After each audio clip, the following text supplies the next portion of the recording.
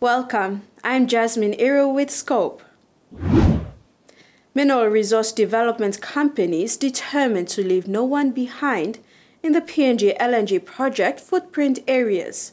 This effort was evident through the recent opening of a new computer laboratory facility for Kikori Secondary School earlier this month. MRDC were able to emphasize on its duty to support the education system in these areas, as well as encourage landowners to look for ways to sustain livelihoods before those brutal honesty of oil and gas deflation in the near future. No schools in the PNG LNG project footprint areas is to be left behind. The PNG LNG project footprint areas include Hela, Southern Highlands, Western and Gulf provinces, to Port Moresby in Central Province. Kikori District, like many others, is slightly lacking in basic infrastructures with challenges in education and health. However, major road networks are being established. Early this month, management of the Mineral Resource Development Company traveled to Kikori to officially open a new computer laboratory, e-library, Wi-Fi and food for Kikori Secondary School.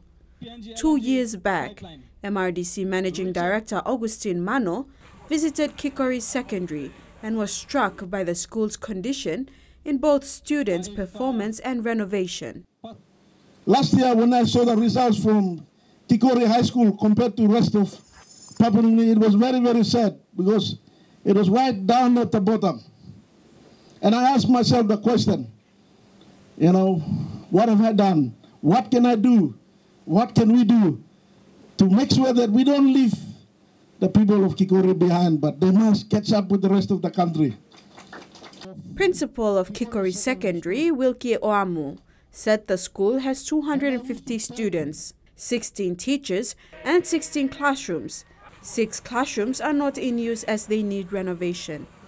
Today marks an important milestone in the existence of Kikori Secondary School. Having said that, the new facility brings us on par with the rest of the country. Managing Director Mano made a few commitments to the school's student body and staff. The only way we can do justice to the people of Kikori is to educate the young generation so that they are prepared for these changes. We will fix Kikori High School. The mess, all this rundown, we will work a plan between PRK and Gas Resource Plan site. We will make sure that Kikori High School reaches glory. That is my promise to you. The computer lab, e-library and Wi-Fi was celebrated by teachers, parents, students and local villagers, as this is the first of its kind in the Gulf province. The laboratory with 24 computers is worth 1.89 million kina. It has a 12 kilowatt power supply and is solar run. With the heart to service the district more, Mano added that MRDC aims to assist Kikori Secondary's feeder schools with a number of financial investments. We will invest about 7.8 million under our 30%. In the PNG LNG, we get 2% of royalty, 2% of equity. 40% we spend to the landowners as part of their dividends. But that 30% from our contribution, you're supposed to get it as royalty and equity. That is the money that we will invest. We'll start all the primary schools, Kayam, Kopi, Baina, Vaira, Babaguna, BC, Gore and Omati. That 7.8 million will be used to build double classroom and classroom. Mano emphasized that a similar facility will be built in schools in the PNG LNG project footprint areas like Samberigi, Kutubu, Moran and Komo in Southern Highlands and Hela provinces. With limited time to support landowners in the PNG LNG project footprint areas, Director for Gas Resources Pipeline Segment 7 Wauro Omabe urged landowners in Kikori to consider cocoa farming, According to statistics, cocoa is the second largest grown crop and is grown by many village farmers in PNG due to its relatively higher income than any other crop. Omabe is passionate about supporting schools and working with landowners to look at different ways to sustain their livelihood before they deal with brutal honesty of oil and gas deflation. I've been thinking, tomorrow, oil and gas gonna be depleted. What is next? Where will landowners go? Where will our children go? Where will the new future generation go? As I have to go into something sustainable. When the oil and gas is depleted, at least there's an option, there's a sustainable something that you can fall back on. I started with a cocoa project, and I've been driving it. And MRDC is hopping on board the cocoa plan. Cocoa board members have been to the area to conduct surveys and create awareness in cocoa farming with landowners. We will launch the cocoa project in Omati. I spoke to MRDC's managing director. I said, MD, I want to launch the cocoa project in Omati, and people will see for themselves the development of cocoa project. And we will be driving the cocoa project very aggressively now. At least, I want to assure our landowners that from this cocoa project you have money. MRDC is supportive of making ends meet for communities in the PNG LNG project footprint areas and making sure no one is left behind. After the break, Kidney Dialysis Center gives hope.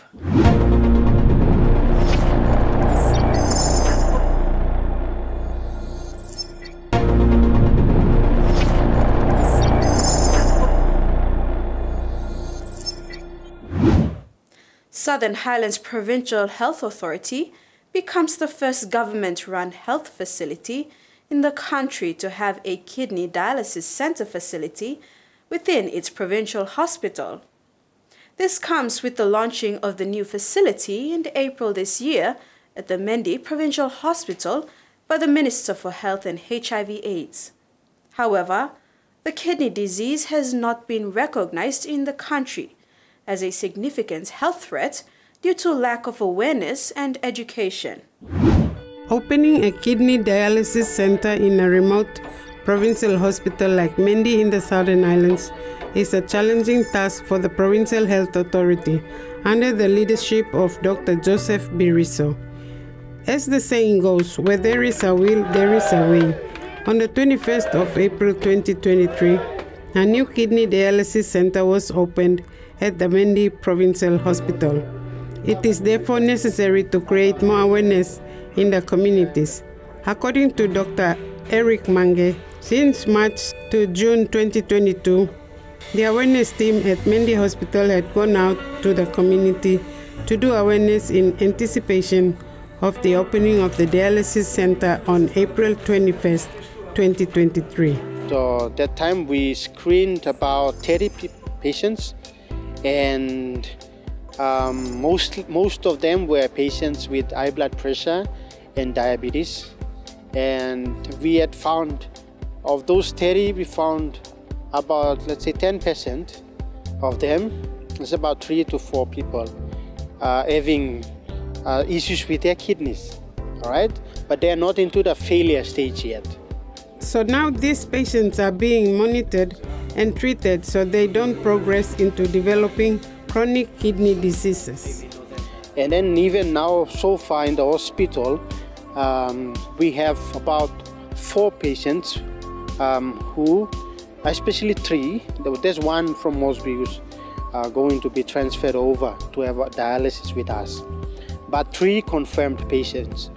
Just 2 days ago, I was on call, and then we had a sister, a nurse who was working in the rural areas.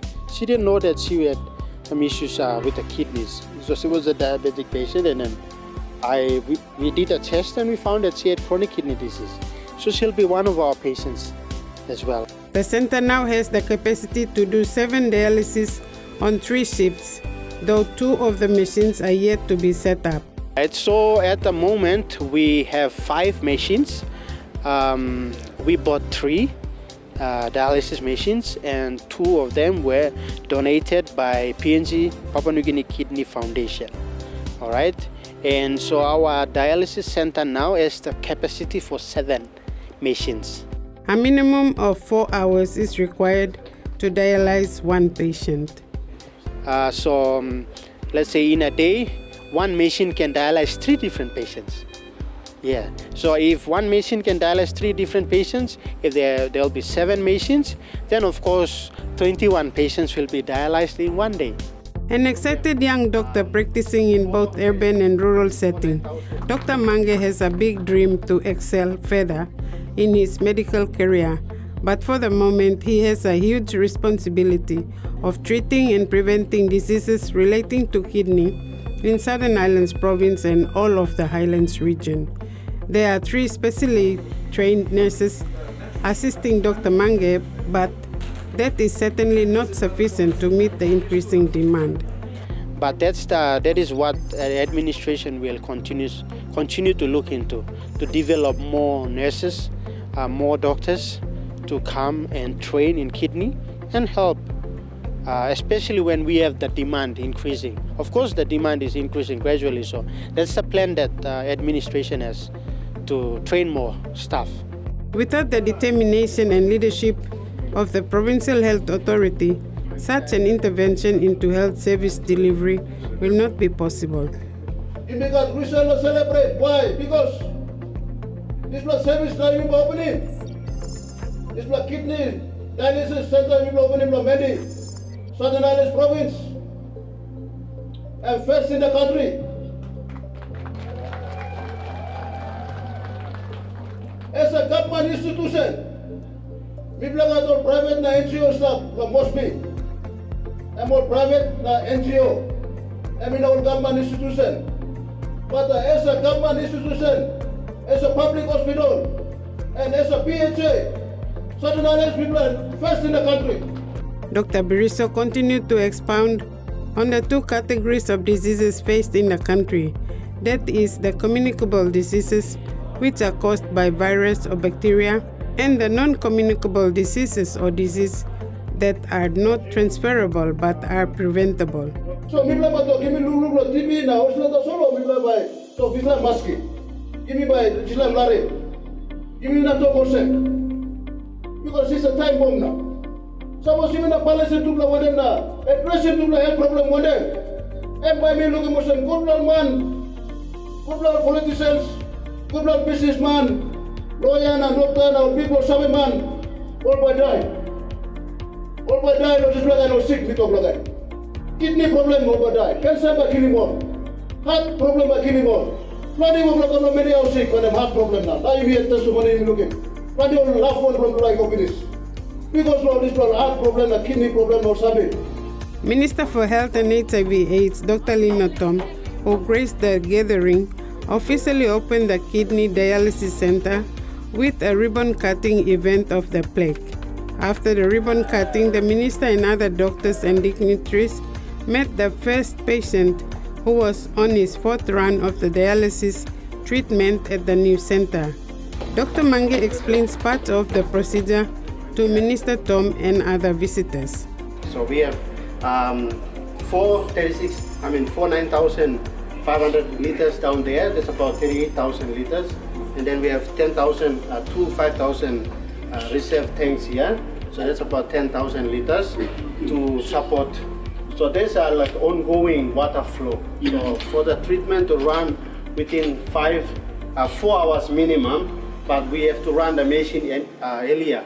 So it's like about 5 to 6 hours the machine will run. All right. So for that machine to run, the water has to continue run. So we have 5 machines.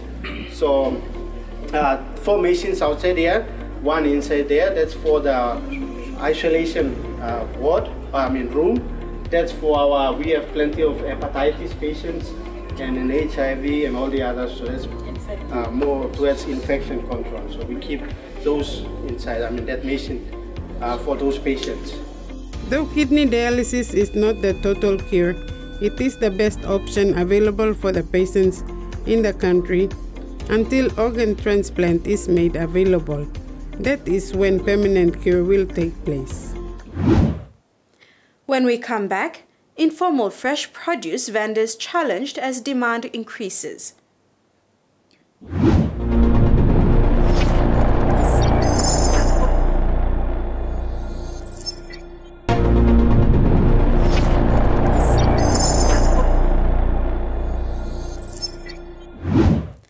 The demand for fresh produce in Port Moresby is ever increasing as the population increases. Fresh produce is mostly supplied by informal businesses operators. However, they tend to face several challenges that restrict them from meeting demand for the produce. The National Research Institute Spotlight Volume 16, Issue 8, titled "The Challenges Faced by the Informal Fresh Produce Vendors in Port Moresby" by Evelyn Malala, PNG NRI Project Research Officer, outlines the main types of challenges faced by informal fresh produce marketers and how the challenges can be addressed. The informal economy consists of a large portion of fresh produce sellers. Research by Evelyn Malala, Project Research Officer with the PNG National Research Institute, states that fresh produce vendors play an important role in contributing to the food security of urban areas. However, the research points out that fresh produce vendors face several challenges in conducting their everyday business. The demand for fresh produce in Port Moresby 10 years ago was estimated at 167,000 tons annually, with 60% of this being supplied by the informal fresh produce vendors. Fresh produce vendors or sellers are part of the informal economy. They sell mostly root vegetables, greens, and fruits in planned and unplanned markets in specific locations or on the streets or roadsides. Fresh produce sellers contribute to the food security of the urban communities they are in by selling cheap, nutritious, fresh produce to residents. They are also located closer to residential areas, which allows for ease of access by customers and are the main source of fresh food. The income they generate benefits the vendor's household. There are vendors who produce and sell on vacant state land, and retail sellers who buy in bulk and sell in designated suburban markets, streets, and villages. They are the most common as they don't have land to grow crops. All of them sell for everyday family needs, including school fees and bus fare. Each type of vendor faces challenges, which may differ in some instances. They include the following. Retailers often lose money when they are supplied poor quality and unripe fruits by wholesaler, either mistakenly or by trick. As resellers do not often have storage facilities, some of the produce may be damaged and the retailers bear the loss. Poor or no market infrastructures and facilities. Informal fresh produce operators who sell their produce in unplanned markets do not often have access to necessary facilities, such as water and electricity that are needed for proper storage, and lack of demand or inadequate customers, especially for those that sell their produce in the outer suburbs. Some ways that can be used to address challenges faced by informal fresh produce operators include: wholesale of produce can be aggregated to eliminate the sale of unripe or rotten produce to resellers. Establish more designated marketplaces so more vendors would have access to market stalls, seats, and hygiene facilities. Security must improve marketplaces to reduce incidences of theft of stored produce. All sellers must sell their produce at designated marketplaces so that all the customers come to the marketplace to buy produce. And vendor consultation and engagement should be done to improve the markets, including employing dedicated and skilled market workers, maintaining safety and security, improving revenue generation strategies, and encouraging women representation in market governance. The research, the challenges faced by informal fresh produce vendors in Port Moresby, suggests to the National Capital District Commission and market that they need to ensure that service markets are provided in the suburbs to provide a conducive environment for market users, that is, vendors and customers. And that ends another edition of Scope. Thank you for your company. Good night.